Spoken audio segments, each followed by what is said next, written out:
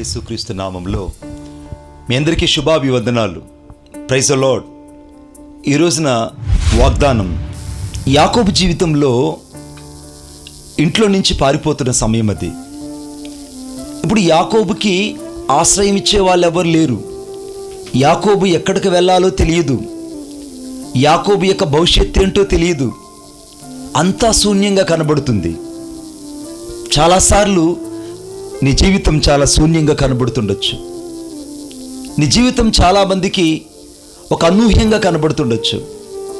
కానీ యాకోబు ఆ రాత్రి నెమ్మది లేకుండా ఆ స్థలానికి చేరుకొని ఒక రాయిని తలగడగా చేసుకున్నాడు.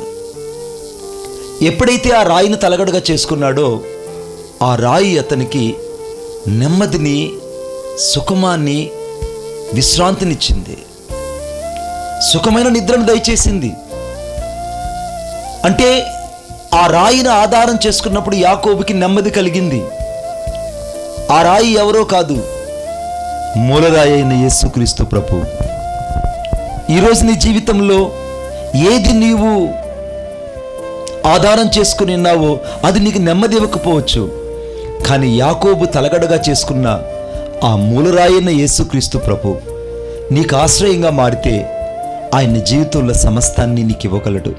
అందుకే నేను నీకు తోడై ఉండి నువ్వు వెళ్ళు ప్రతి స్థలం నేను కాపాడుతానని అన్నాడంటే, యాకోబు వెళ్ళేటువంటి ఏ ప్రదేశమైనా అది లాబాను దగ్గర మోసమైనా, లాబాను దగ్గర ఆశీర్వాదం కొరకు ఇతను నిలిచి ఉన్నా, రాహేలును పొందబోతున్నా, లేయాను పొందబోతున్నా, ఇక జరగబోయే ప్రతి భవిష్యత్ అంతటిలో దేవుడు ఎప్పుడు యాకోబుకు తోడయ్యాడంటే యేసుక్రీస్తు ప్రభువుని మూలరాయిగా మార్చుకున్నప్పుడు.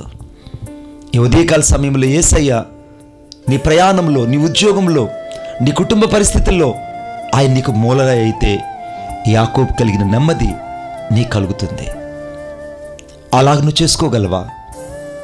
యాకోబు చేసిన స్థిర నిర్ణయం నువ్వు చేయగలవా? దేవుడిని దీవించి ఆశీర్వదించునుగాక. ఆమేన్.